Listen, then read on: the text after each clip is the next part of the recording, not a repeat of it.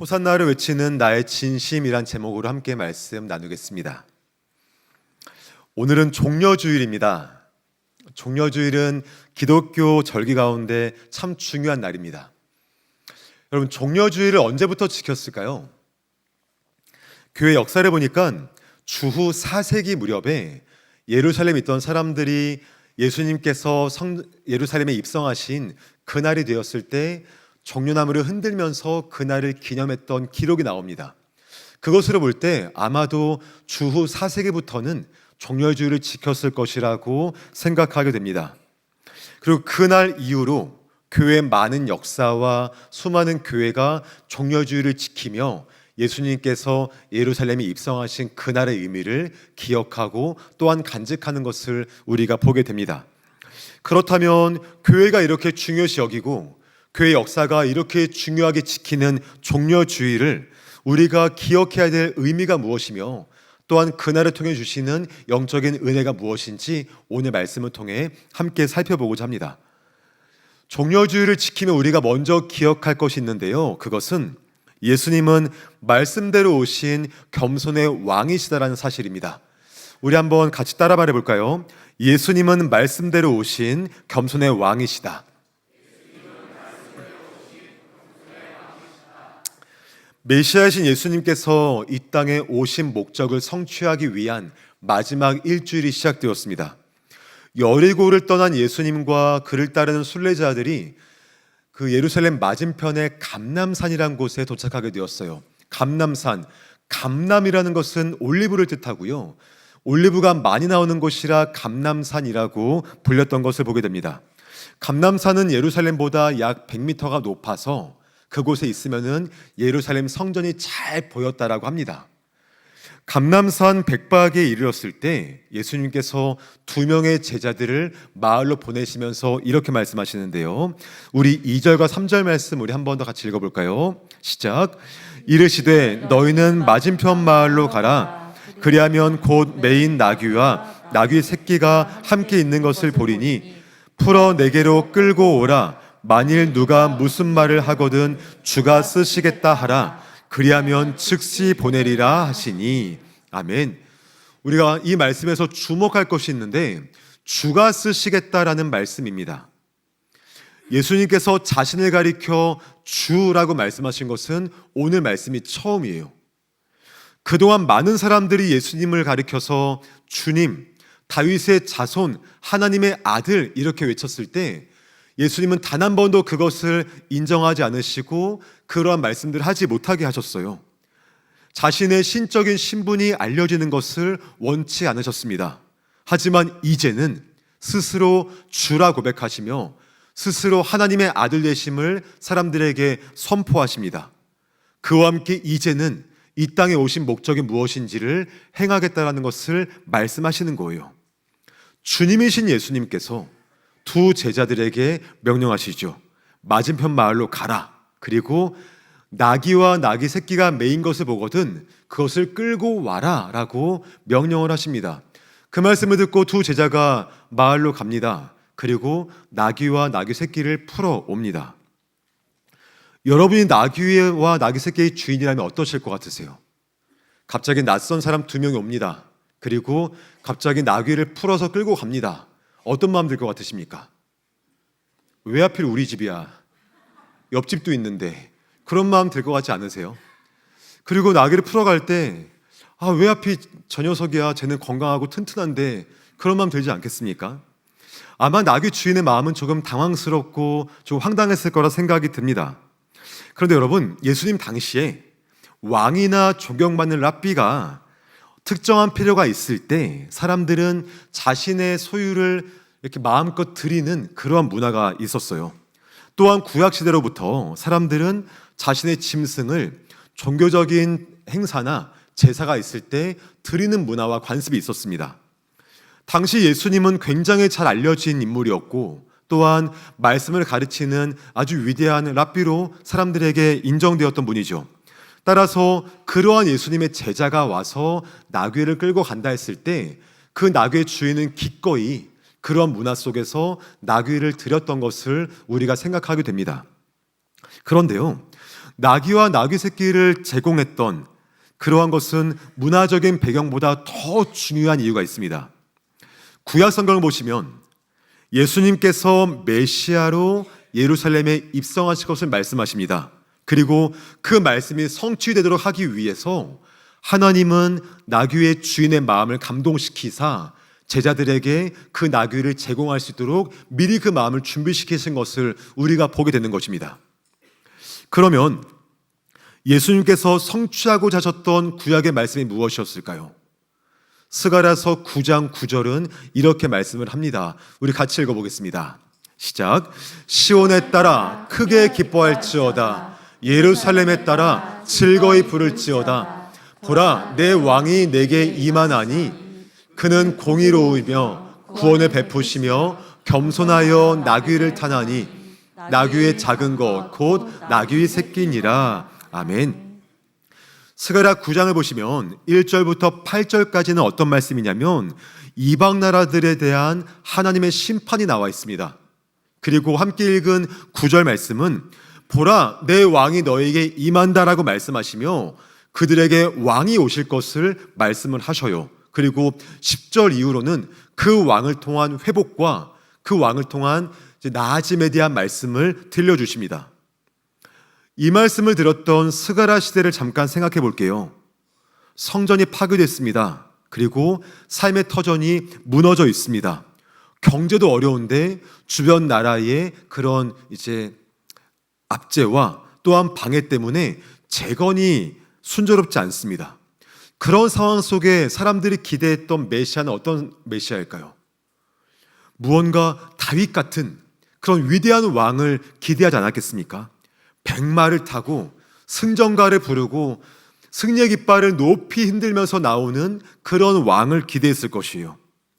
삶이 너무 어려우니까, 주변 나라가 너무 괴롭히니까 다윗 같은 왕이, 다윗 같은 메시아가 등장해서 우리나라를 잘 살게 해주기를 기대했을 것입니다.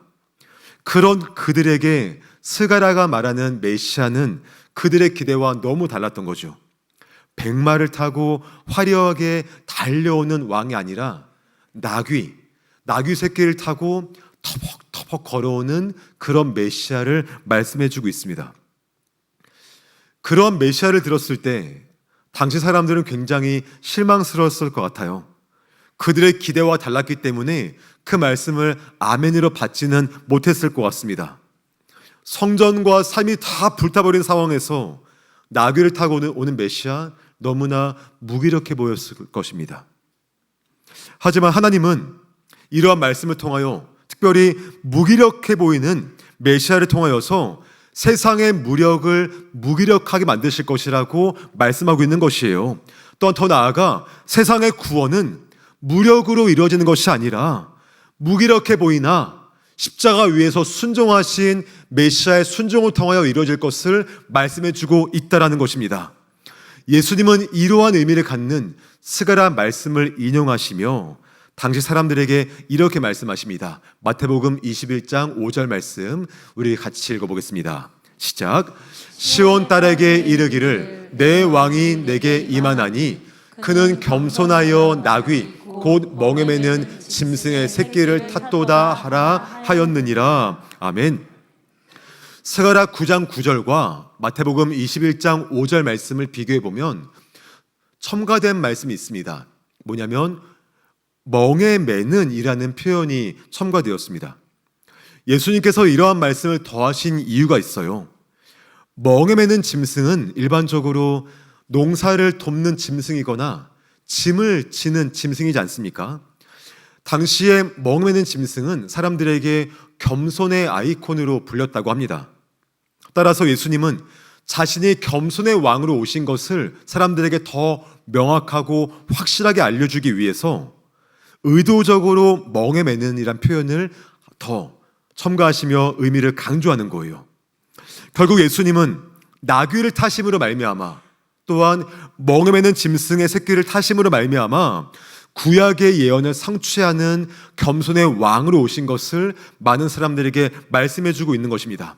강한 군사적인 왕이 아니라 겸손의 왕으로 이 땅에 오시어 십자가 위에서 구원을 이루실 것을 많은 사람들에게 말씀해 주고 있는 거예요. 주 안에 사랑하는 여러분, 예수님께서 구약의 말씀처럼 겸손의 왕으로 이 땅에 오셨습니다. 믿으십니까? 그리고 그 겸손의 극치는 십자가 위에서 완성되었습니다. 이 또한 믿으십니까? 우리가 그 말씀 믿는다라면 우리의 구원은 예수님의 겸손으로 시작되어서 겸손으로 마치게 되었고요. 또한 예수의 겸손으로 말미암아 우리의 신앙이 출발하였고 마칠 수 있는 것을 우리에게 말씀해 주고 있는 것입니다. 사도 바울은 이러한 예수님의 겸손과 낮아짐에 대해서 빌립보서 2장 5절부터 8절까지 말씀해서 이렇게 말씀을 합니다. 우리 같이 읽어볼까요? 시작. 너희 안에 이 마음을 품으라. 곧 그리스도 예수의 마음이니 그는 근본 하나님의 본체시나 하나님과 동등됨을 취할 것으로 여기지 아니하시고 오히려 자기를 비워 종의 형체를 가지사 사람들과 같이 되셨고 사람의 모양으로 나타나사 자기를 낮추시고 죽기까지 복종하셨으니 곧 십자가에 죽으심이라. 아멘. 바울이 예수님께서 낮아짐, 겸손을 말씀하시면서 너희 안에 이 마음을 품으라. 곧 그리스도의 마음이다 라고 말씀을 합니다. 그런데 그리스도 예수의 마음이니 라는 말씀을 조금 더 묵상하고 연구해 보니까요, 그리스도 예수의 마음이라는 단어를, 그 표현을 NIV 영어 성경은 그리스도 예수의 삶의 태도라고 번역을 하더라고요. 그리스도 예수의 마음, 그 마음이란 단어에 삶의 태도, 삶의 방향이란 뜻이 녹아져 있더라고요. 무슨 말일까요? 우리가 예수님처럼 겸손하게 낮아지게 사는 것은 우리의 마음가짐으로 끝나는 것이 아니라 그 마음가짐을 넘어서 우리의 삶의 태도와 우리의 삶의 방향성으로 증명되어야 함을 말씀해 주고 있다는 것입니다. 예수님의 그 낮아지심, 겸손하심은 우리가 그렇게 돼야지라는 마음가짐이 아니라 우리의 손과 발을 통해서 우리의 말 한마디를 통하여서 그 겸손이 삶의 태도로 증거되어야 함을 말씀해 주고 있는 거예요.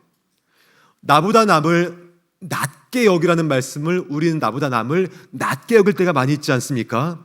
그렇게 하지 말라는 겁니다.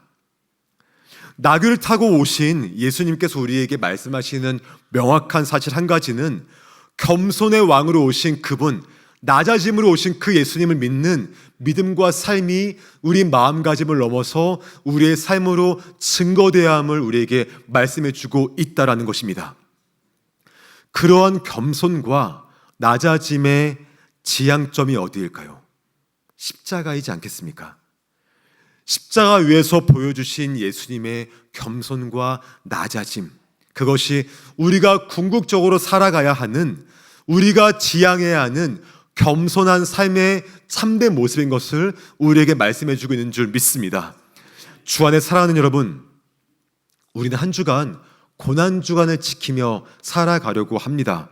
고난주간이기 때문에 더 겸손하게 살고자 다짐하는 것도 있지만 우리는 늘 일상 속에서 예수님의 겸손과 낮아짐을 우리가 항상 살아갈 수 있었으면 참 좋겠습니다. 그렇게 해야지라는 마음가짐을 넘어서 나의 삶의 태도로서 예수님의 그 겸손이 드러날 수 있고, 나의 작은 말 한마디와 우리의 손과 발의 행함을 통하여서 가장 낮은 자의 모습으로 이 땅에 오신 예수의 겸손이 우리의 삶을 통하여 증거될 수 있고 증명될 수 있는 우리의 모든 삶 되시기를 주의 이름으로 축원합니다. 우리의 구원의 출발이 겸손에 있고요, 우리의 구원의 그 결론이 그 십자가의 겸손에 있음을 기억하며 한 주간도 예수님의 겸손을 다시 한번 기억하고 나아갈 수 있는 우리 모두가 되시기를 우리 주 예수님의 이름으로 축원합니다. 우리가 종려주의를 지키며 기억할 또 한 가지가 있는데요, 그것은 호산나를 외치는 나의 진심은 무엇입니까? 라는 것입니다. 우리 같이 한번 읽어볼까요? 시작. 호산나를 외치는 나의 진심은 무엇입니까? 예수님 제자들이 나귀와 나귀 새끼를 끌고 왔습니다. 그러자 사람들이 어떻게 반응했을까요? 본문 7절, 8절, 9절은 이렇게 말씀을 합니다. 나귀와 나귀 새끼를 끌고 와서 자기들의 겉옷을 그 위에 얹음에 예수께서 그 위에 타시니 무리의 대다수는 그들의 겉옷을 길에 펴고 다른 이들은 나뭇가지를 베어 길에 펴고 앞에서 가고 뒤에서 따르는 무리가 소리 높여 이르되 호산나 다윗의 자손이여 찬송하리로다. 주의 이름으로 오시는 이여 가장 높은 곳에서 호산나 하더라. 아멘. 사람들이 했던 몇 가지 행동이 있습니다. 먼저 나귀와 나귀 새끼를 끌고 와서 자기들의 겉옷을 그 위에 얹었다라고 이야기합니다.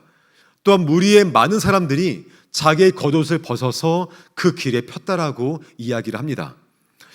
우리가 잘 아는 것처럼 성경에서 겉옷은요, 단순한 의복이 아닙니다. 겉옷은 한 사람의 인격과 한 사람의 지위와 한 사람의 명예를 말해주는 도구입니다. 특별히 구약 성경 보시면 어려운 사람들, 정말 가난한 사람들은 밤에 잘 때 덮고 자면서 생명을 지킬 정도로 나의 생명을 보존해주는 중요한 생명의 도구이기도 합니다. 또한 신약을 봐도요, 겉옷은 매우 중요한 물건인데 외출할 때 내가 어떤 사람인가를 말해주는 도구예요. 우리가 아는 것처럼 바리새인들, 서기관들 외출할 때 어떤 옷 입었습니까? 긴 옷을 입고 시장을 걸을 때 천천히 걷지 않습니까? 왜 그럴까요? 그런 옷으로 내가 이만큼 높은 사람이라고 알려주기 위한 거예요. 성경에서 겉옷은 사람의 위치, 정체성, 지위를 말해주는 아주 중요한 거예요. 심지어 예수님께서 십자가에 달리셨을 때 로마 병사들이 예수님 겉옷을 서로 갖겠다라고 제비뽑기 하지 않습니까? 그만큼 중요한 물건이 겉옷이었습니다. 사람들이 이렇게 중요한 겉옷을 예수님께서 예루살렘에 오실 때 나귀 등에 얹기도 하고 길에 펴기도 합니다. 예수님 당시에 누군가 탈 짐승에 내 겉옷을 얹는다는 것은요, 그 사람 권위를 내가 인정합니다, 그런 의미가 담겨 있어요. 더 나아가 특별히 저 사람을 내 왕으로 인정합니다, 그런 의미가 담겨 있습니다. 또한 그 왕에 행차할 때 백성들은 그 길을 정결하게 하려는 목적으로 자신의 겉옷을 길에 까는 거예요. 이런 행동에도 저 사람을 내 왕으로 받아들입니다 라는 상징적인 의미가 담겨있는 행동이었습니다. 그리고 다른 사람들을 보니까 나뭇가지를 베어서 길에 폈다고도 말하고요, 또한 많은 사람들이 나뭇가지를 흔들었다고 말하죠. 같은 사건 기록하고 있는 요한복음을 보니까 이 나무가 종려나무인 것을 우리에게 말해주고 있고, 또한 그래서 우리는 종려주의를 지키고 있죠. 로마 시대에 개선식에서 로마의 황제나 장군이 전쟁에 승리하고 돌아올 때, 그런 개선식이 있을 때 많은 백성들은 다 뛰어나와서 종려나무를 흔들면서 황제를 맞이했다고 합니다. 따라서 종려나무는 왕의 승리, 왕의 권위가 담겨있는 상징적인 물건이었습니다.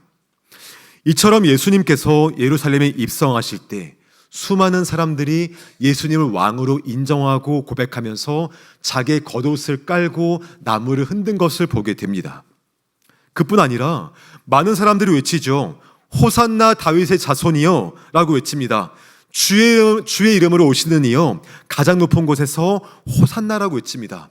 호산나가 무슨 뜻이냐면 나를 도와주십시오, 나를 건져주십시오, 그런 뜻이거든요. 사람들은 예수님을 그런 왕으로 고백하며 예수님께 나를 도와달라고 고백하고 있는 거죠. 여러분, 한 가지 질문 드릴게요. 이 사람들이 예수님을 맞이하고 환영합니다, 극진히 섬깁니다. 그 이유가 무엇일까요? 이들이 했던 행동만 잘 본다면 예수님을 그들의 왕으로 인정하는 것처럼 보이기에 조금도 의심이 없습니다.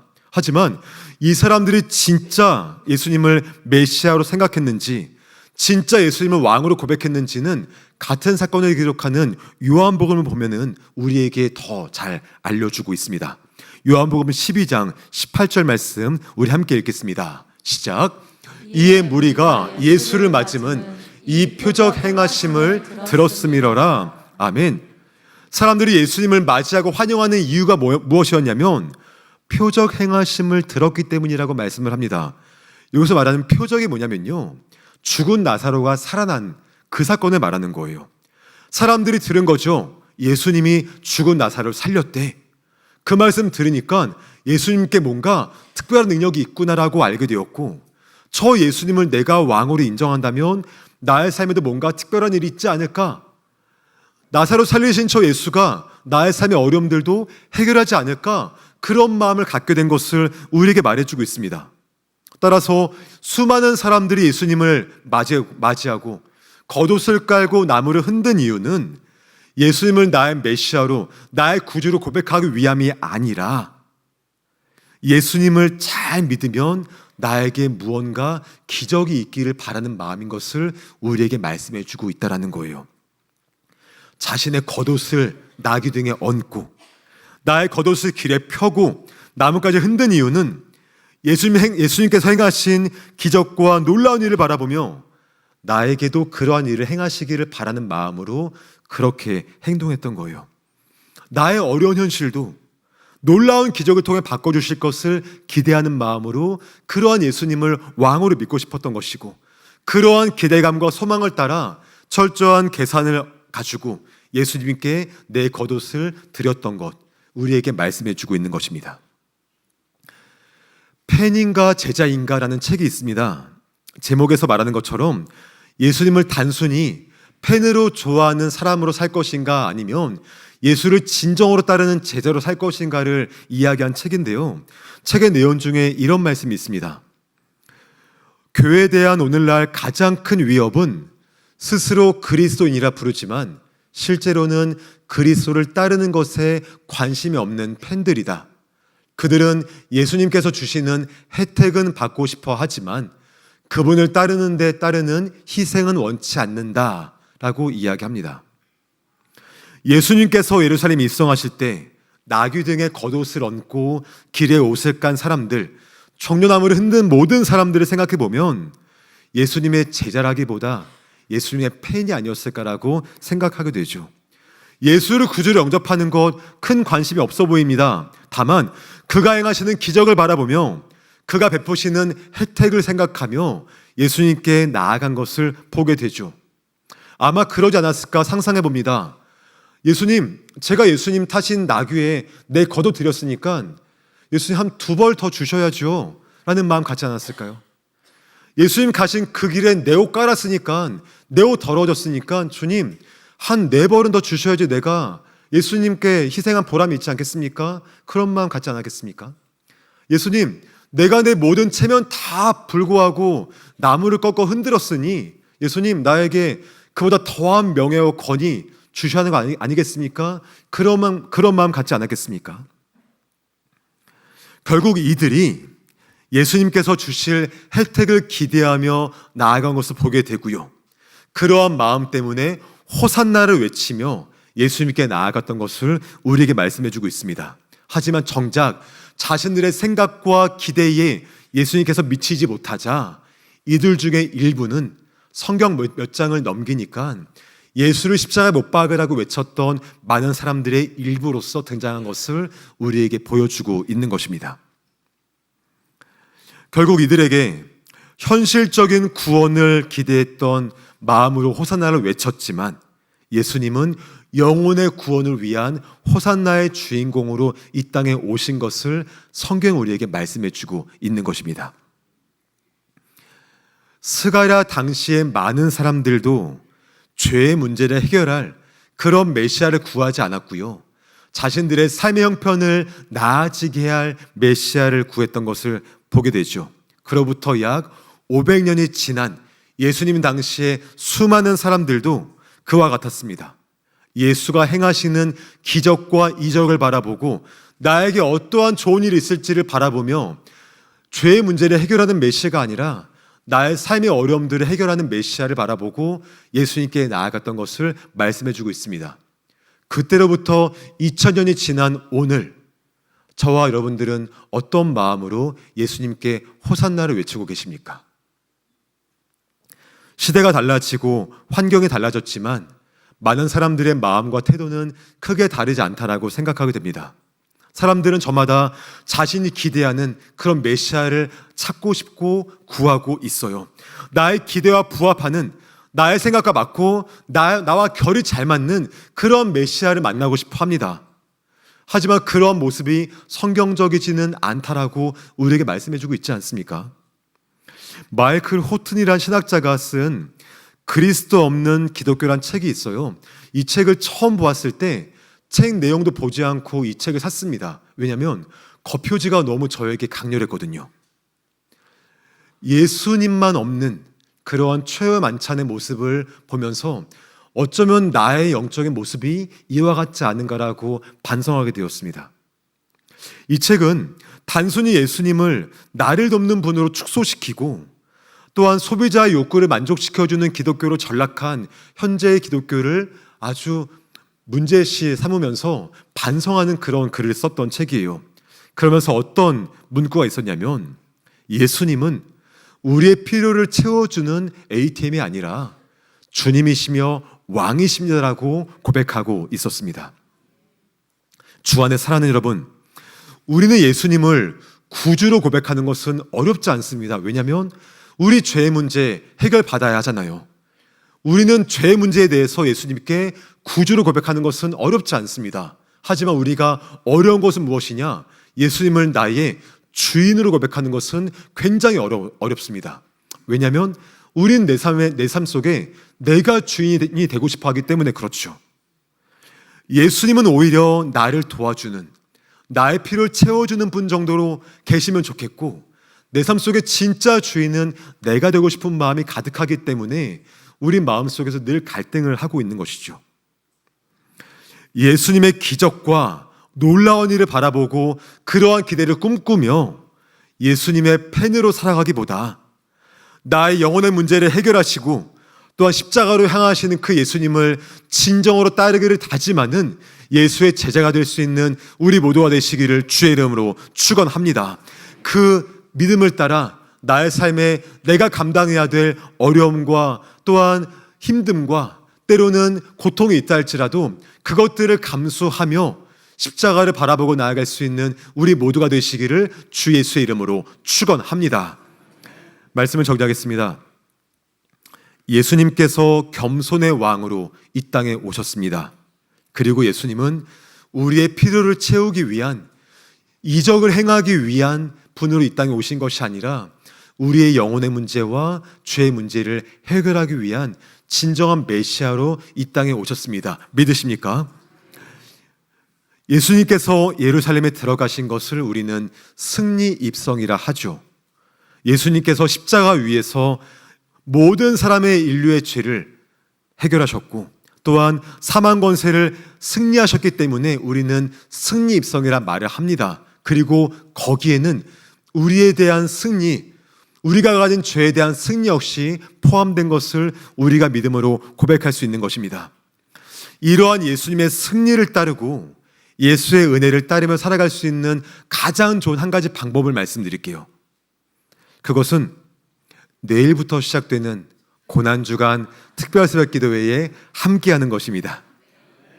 여러분, 새벽에 일찍 일어나는 것을 고난이라고 여기지 않으셨으면 좋겠습니다. 우리가 새벽을 깨우는 이유는요, 하루의 첫 시간을 주님께 드림으로 말미암아 나의 삶의 진짜 태도를 아버지께 맞추겠다라는 다짐인 것이지, 우리가 일찍 일어났으니 주님 내 기도 받아주십시오, 그런 거 절대 아닌 것 아시지 않습니까? 우리의 삶의 첫 시간을 주께 드림으로 말미암아 주님이 나의 삶의 진정한 주인 되심을 고백하기 위한 것이 우리가 한 주간 동안 새벽을 깨우는 진짜 목적인 것을 함께 기억했으면 좋겠습니다. 이럴 땐 6일이 되게 길어 보이죠. 그런 마음 때문에 6일 전체 다 포기하지 않으셨으면 좋겠습니다. 6일 모두 다 아니더라도 우리가 할 수 있는 대로 하루라도, 이틀이라도, 3일이라도 우리가 할 수 있는 시간을 드리며, 시간을 정하고 우리의 마음을 주께 드리며 새벽을 깨울 때 나를 구원하기 위해 이 땅에 오시고 나의 승리를 위해 십자가를 지신 그 예수의 승리의 역사가 우리 10년 가운데 함께하는 것을 함께 고백하는 한 주간 삶이 되시기를 주의 이름으로 축원합니다. 우리 한번 이렇게 인사하겠습니다. 내일 만나요라고 인사하겠습니다. 시작.